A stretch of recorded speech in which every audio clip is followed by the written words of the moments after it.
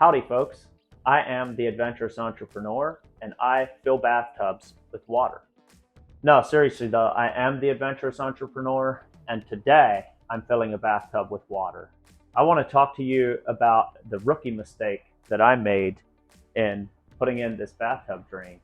But first of all, I want to say welcome to my channel. Thank you for watching. You are loved and you belong here. If you enjoy watching a guy screw up and learning from other people's mistakes, please subscribe to this channel. I'll be sure to post lots more of my mess ups and mistakes that I make along the way. You're welcome to learn from them.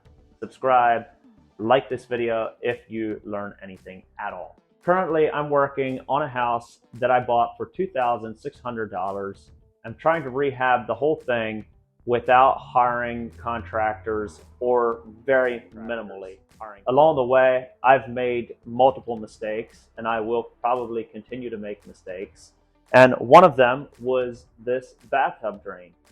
This is the black pop-up drain that I bought from Menards for $14.23. And that piece just screws down into this piece that I bought, Schedule 40 rough-in drain kit, 1067 at Menards. All right, so my main question is, the pop-up piece came with the rubber gasket, a really nice looking rubber gasket, and I put that down in there and I didn't caulk it. I didn't use plumber's putty. I didn't use anything. And for some reason, I had in the back of my mind that you weren't supposed to use silicone or anything if there is a rubber gasket. Now, I don't know where I got that from or why I was thinking that, but like it came with a really nice rubber gasket. And I've done like kitchen sink drains where you use like the plumber's putty. And if I'm thinking correctly, there's usually no rubber gasket or anything. So I didn't think I needed anything. I thought the rubber gasket was going to seal everything. And needless to say, it did leak a lot when I filled this tub up the first time. So I took it back apart and put a big bead of silicone around there and it stopped, of course. But my question is, silicone, plumber's putty, and should the silicone be on both sides of the rubber gasket, on only one side of the rubber gasket down against the tub, or up against the metal drain piece? And why is there a rubber gasket and silicone? And again, I don't know where I heard this in the past, that silicone would deteriorate the rubber gasket or something like that, and that you weren't supposed to use silicone and a gasket, but the gasket simply didn't do it. I tried tightening it more after it was leaking. I had the tub full of water like this, and it was dripping steadily out the bottom. And so I tried tightening down on it, get that gasket tighter, and it didn't do anything. So I'm guessing I was just completely mistaken, and that you need to add silicone or plumber's putty with the rubber gasket. But it's a little strange to me. I guess I just thought that if they have such a nice rubber gasket, that would seal it up.